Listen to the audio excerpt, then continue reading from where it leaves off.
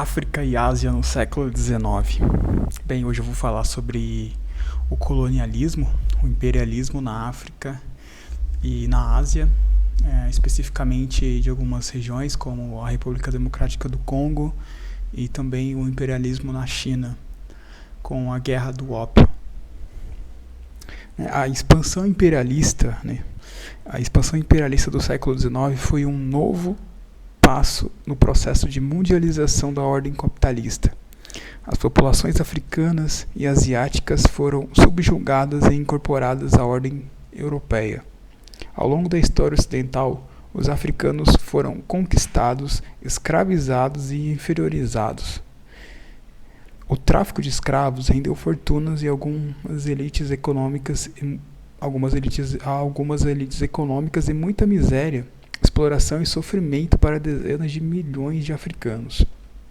Na Ásia, o colonialismo europeu, sustentado em guerras de conquista e pela manutenção do domínio, também deixou um enorme saldo de imposições culturais e econômicas, de mortos, feridos e famintos. A história tradicional do Ocidente, com uma visão eurocentrista, quase sempre tratou como não relevante a história de outras regiões. Esse olhar que tem a Europa como um eixo do movimento civilizatório e evolutivo foi construído desde a antiguidade, época em que a região mediterrânea era definida como o centro do mundo. A África, desde então, passou a ser vista como distante, como região dos homens de faces queimadas. Daquele período até o final da Idade Média, especialmente com a religiosidade cristã medieval, a cor negra foi associada ao pecado e ao demônio, firmando a visão preconceituosa e com relação aos povos africanos. Também, os asiáticos foram vistos com estranhamento e desconfiança, mas também com fascínio por sua cultura distinta. Poucos eram os que conseguiam considerar africanos e asiáticos como seres humanos iguais aos europeus, diferentes apenas no aspecto étnico e cultural. Essa ideia de supremacia europeia e, consequentemente, inferioridade de outras culturas, especialmente as africanas e asiáticas, como vimos, consolidou-se durante a Idade Moderna, quando a Europa passou a centralizar o poder econômico e político e militar mundial. As práticas imperialistas intensificaram-se na segunda metade do século XIX, a partir dos países europeus industrializados, principalmente a Inglaterra, e levaram à partilha dos continentes africano e asiático. Na mesma época, também os Estados Unidos e o Japão exerceram práticas imperialistas, em especial em suas regiões de influência, respectivamente América Latina e costa oriental da Ásia. Diferentemente do colonialismo do século XVI, cuja meta era a obtenção de especiarias, gêneros tropicais e metais preciosos no continente americano, o neocolonialismo do século XIX procurava mercados consumidores de manufaturados e fornecedores de matérias-primas, como ferro, cobre, petróleo e manganês, trigo e algodão. Além disso, naquele momento, as potências buscavam colônias para instalar parte do seu excedente populacional em novas áreas de investimento de capitais. Vale destacar que a população europeia havia passado de 70 milhões para 190 milhões entre 1500 e 1800. No século XIX, teve um aumento ainda maior, chegando a 423 milhões, enquanto a população mundial passava de 900 milhões para 1,6 bilhão. Com áreas coloniais recebendo esse excedente e novas populações sendo conquistadas, garantiam-se impostos e contingentes para os exércitos imperialistas. Outro aspecto característico do impulso imperialista do século XIX foi a conquista de bases estratégicas para a segurança do comércio marítimo. Motivada, portanto, pelo capitalismo industrial e financeiro, a intervenção imperialista ocorreu principalmente na África e na Ásia. Além da Inglaterra, participaram da corrida neocolonial do século XIX a França, a Rússia, os Países Baixos e a Bélgica. Entre outras nações, também a Alemanha e a Itália. Depois de unificadas no último quartel do século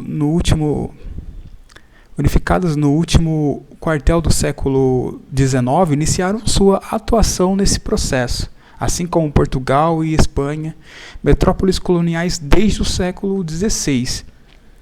As disputas entre potências por áreas coloniais agravaram conflitos e estimularam o armamentismo, o que levou à formação de blocos de países rivais e à criação de uma conjuntura tensa e propícia a uma confrontação em grande escala.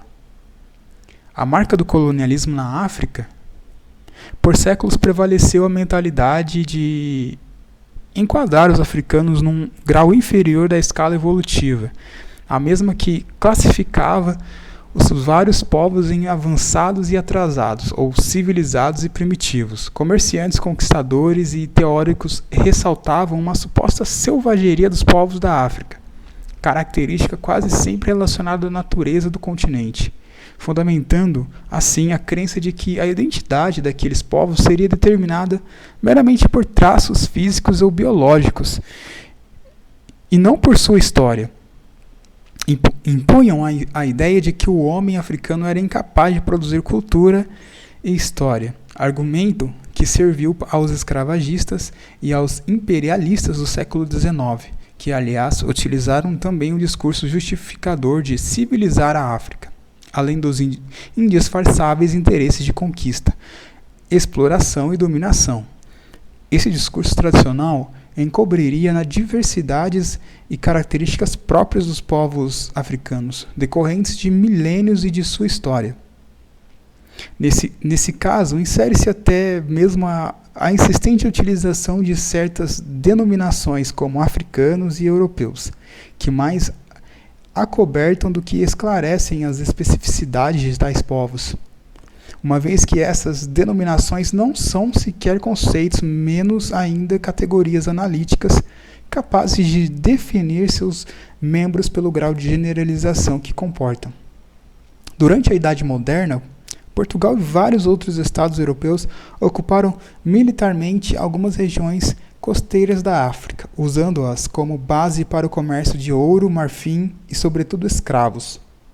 Não era possível entender a África atual sem o flagelo do tráfico de escravos, que teve como um dos principais destinos o Brasil. Ao mesmo tempo, é preciso destacar que os primeiros abolicionistas foram os próprios escravos, com suas permanentes resistência e constantes revoltas. A resistência dos cativos africanos à escravidão deu-se das mais variadas formas.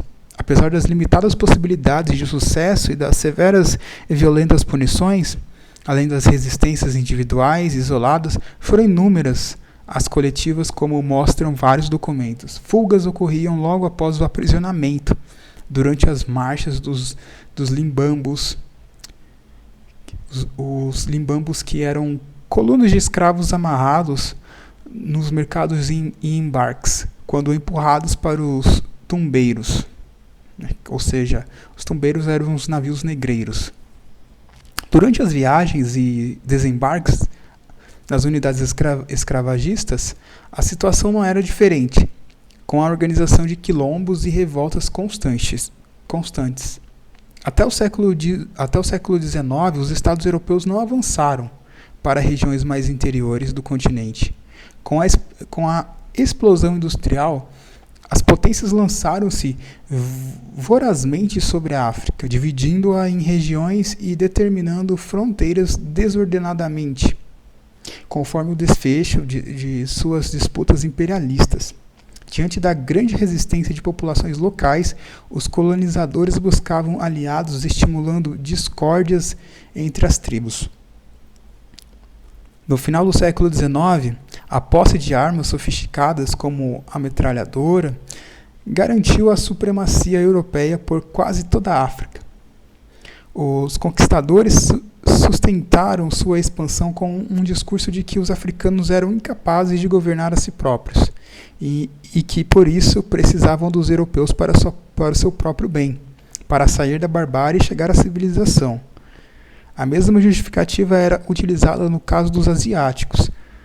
Esse seria o fardo do homem branco, ou seja, cuidar dos povos inferiores para que pudessem progredir e aceitar o cristianismo. Essa foi uma das fontes mais importantes do racismo contemporâneo e tem na sua base o interesse econômico nas riquezas dos povos colonizados. Ao repetir o discurso, ignoravam ou fingiam desconhecer toda a história anterior das civilizações africanas e asiáticas. No caso da África, em especial, os conquistadores logo descobriram que não poderiam governar sem o apoio de alguns chefes locais, ou sem aproveitar as estruturas de poder que já existiam. Era óbvio, portanto, que os africanos podiam se autogovernar, e a ocupação estrangeira tinha motivos econômicos e militares, não humanitários. Em poucas décadas, importantes reinos desapareceram na África e na Ásia. A exemplo dos Ashanti e Benin na África, e Vietnã no Sudeste Asiático. Na Ásia Central, além disso, os russos submeteram os turcomenos, os cazaques e os kirguis, povos muçulmanos. Em 1869, os interesses econômicos europeus levaram à abertura do Canal de Suez, ligando o Mar Mediterrâneo ao Mar Vermelho. Com isso, já não era preciso circunnavegar a África para chegar à costa do oeste e ao Oriente. As resistências coloniais não foram poucas. Na Argélia, as forças armadas do chefe muçulmano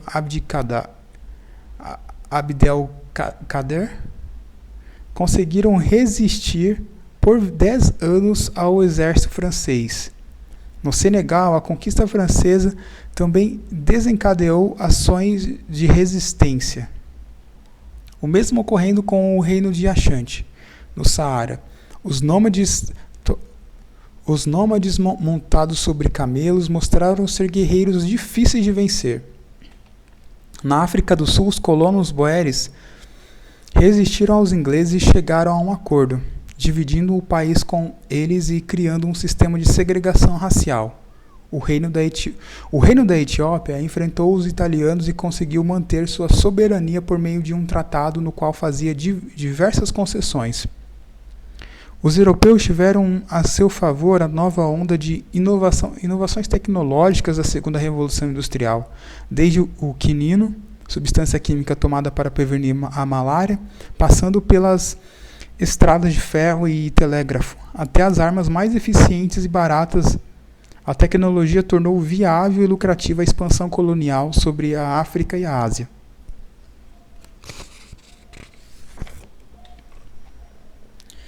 O caso do Congo belga, como a gente pode observar na imagem, o Leopoldo II, o caso do Congo belga, que atualmente é República do Zaire, e depois se transformou em República Democrática do Congo, foi o mais impressionante exemplo de desestruturação social devastadora e de perda de vidas na África colonizada. Em 1877, o rei Leopoldo da Bélgica criou na África o Estado Independente do Congo, em área que adquiriu como propriedade particular. Ali, a violência foi associada não apenas à repressão, às rebeliões, mas também à exploração sistemática de riquezas como o marfim e a borracha. Com o discurso humanitário e de combate à escravidão, a política do rei Leopoldo provocou milhões de mortes entre os africanos que lutavam contra a dominação. Explorada ao extremo no trabalho e vitimada por doenças, essa população enfrentou uma violência física e cultural que talvez só tenha encontrado precedente na conquista e exploração da América. Por outro lado, o colonialismo europeu na Ásia, a exemplo, na China, o grande crescimento demográfico em meados do século XIX atraiu o interesse das potências imperialistas, que desejavam explorar esse mercado consumidor. A penetração dominadora da Europa, dos Estados Unidos, do Japão, realizou-se por meio de várias guerras, entre as quais a Guerra do Ópio, de 1841. Até o século XVIII, o ópio era utilizado pelos chineses como medicamento. Os ingleses, que produziam grandes quantidades desse produto em seus domínios da Índia, desejavam forçar a exportação de ópio para a China. Para isso, disseminaram o vício entre os chineses. As autoridades chinesas, diante dos malefícios que o entorpecente estava causando à população, reagiram em 1839, obrigando o representante britânico a entregar cerca de 20.000 caixas de ópio, que foram jogadas ao mar. O episódio provocou uma guerra, cuja vitória inglesa, sustentada em navios de casco de ferro e outras inovações técnicas aplicadas à guerra, obrigou a China a abrir 5 de seus portos ao livre comércio e entregar a ilha de Hong Kong à Inglaterra. Anos depois, sob o pretexto de vingar o assassinato de um missionário francês, um exército franco-inglês, apoiado por norte-americanos e russos, ocupou a capital chinesa, Pequim, nessas condições. O governo chinês foi obrigado a abrir mais 7 portos ao comércio internacional, além da instalação de embaixadas europeias e o direito de atuação de missões cristãs em território chinês. Algumas décadas depois foi a vez da investida japonesa sobre a China. A Guerra dos Boxers, de 1900, foi outro dos grandes conflitos imperialistas que atingiram a China. Os punhos fechados, ou boxers, como eram chamados pelos ingleses, eram chineses nacionalistas radicais que queriam libertar o país. Em 1900, organizaram uma grande rebelião em que morreram cerca de 200 estrangeiros, inclusive o embaixador alemão. Em represália, uma força expedicionária internacional composta por ingleses, franceses, alemães, russos, japoneses e norte-americanos invadiu a China, subjugando o país e obrigando suas autoridades a reconhecerem todas as concessões já realizadas às potências imperialistas. Em 1911, o Partido Nacionalista Chinês, Kuomintang, sob a liderança de Sun Yat-sen, promoveu o fim da monarquia milenar, proclamando a república. Não conseguiu, contudo, superar os entraves ao desenvolvimento ao desenvolvimento autônomo chinês, principalmente pela presença imperialista internacional do país. No Japão, os Estados Unidos organizaram em 1854 uma investida militar e sob a ameaça de seus navios de guerra, obrigaram os japoneses a abrir os portos ao comércio mundial, fechando desde o século XVIII a abertura comercial japonesa. Desde o século XVIII, a abertura comercial japonesa deu início à europeização do país, que passou por profundas transformações econômicas, militares e técnicas. A sujeição do Japão ao Ocidente, ao mesmo tempo, ativou o nacionalismo e a oposição ao shogun, por ter permitido a abertura. A origem do shogunato remonta ao século VIII, criado como um título para comandantes militares. Ao longo dos séculos, essa instituição ganhou enorme prestígio e acabou sob o domínio de uma única família, Tokugawa, rival de outros clãs poderosos no século XIX. Instalado na cidade de Edo, antigo nome de Tóquio, sobrepunha-se mesmo ao poder do imperador, também chamado de Mikado, que ficava na cidade sagrada de Kyoto. Diferentemente da China, entretanto, o imperador japonês decidiu modernizar seu país para enfrentar o imperialismo. Apoiado pelos opositores às transformações, especialmente os clãs rivais do shogunato, o imperador Mitsuhito promoveu a centralização política. Inaugurou uma nova fase na história japonesa, iniciando a partir de 1868 a era do industrialismo e da modernização, que ficou conhecida como Era Meiji. O Japão industrializou-se rapidamente, ao mesmo tempo empreendeu uma política imperialista contra os chineses. Em 1894, declarou guerra à China, como um objetivo de tomar a região da Manchúria. Também interessado na região, a Rússia opôs-se em 1904 e teve assim início a Guerra Russo-Japonesa, com a tomada pelos japoneses de Port Arthur e de parte das ilhas de Sakhalina, pelo Tratado de Portsmouth. A Rússia acabou se rendendo à supremacia japonesa sobre a China. No início do século XX, o Japão se tornara um dos países mais avançados e poderosos do mundo, graças à sua dinâmica desenvolvimentista, superior à de muitos países industriais do Ocidente.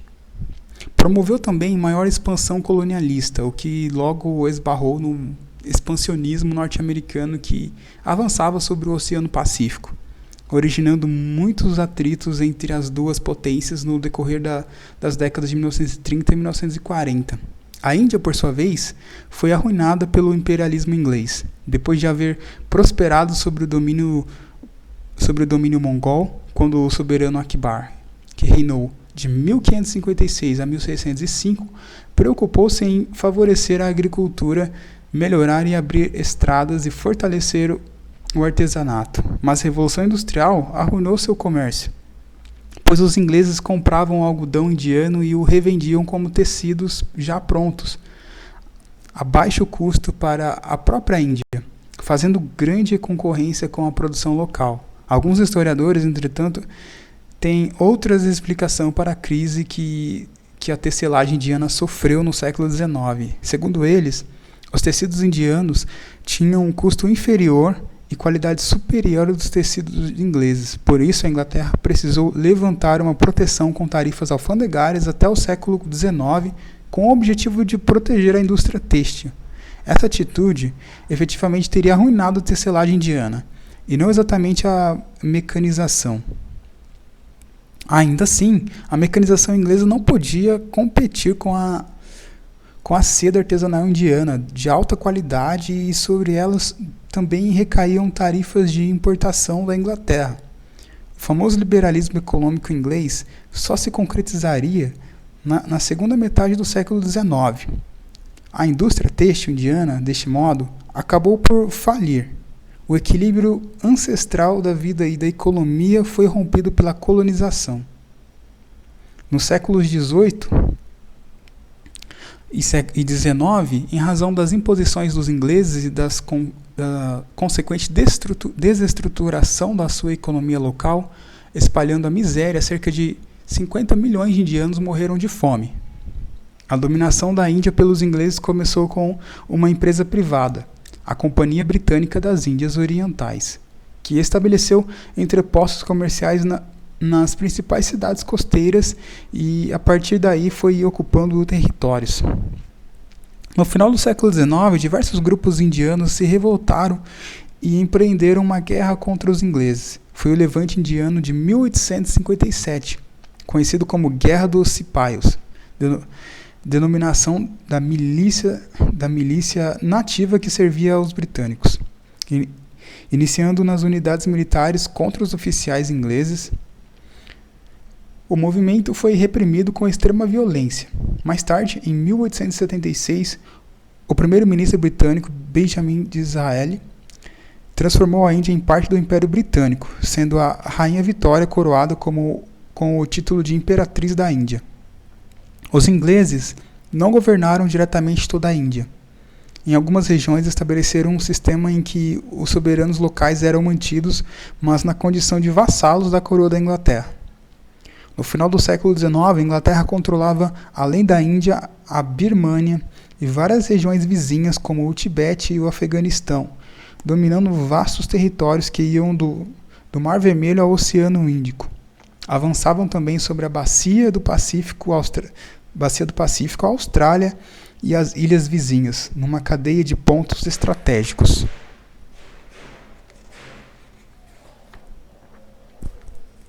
Em 1900, as colônias britânicas e a Inglaterra constituíram o maior império colonial do mundo. Temendo a emergência de outras potências imperialistas, estabeleceram um pacto que deu origem à British Commonwealth of Nations, comunidade britânica, ou seja, Comunidade Britânica de Nações, existente até hoje. A Commonwealth, como é conhecida, compõe-se de países que, depois de sua autonomia política, continuaram unidos por interesses comerciais e diplomáticos comuns, como a Austrália, a África do Sul e Canadá.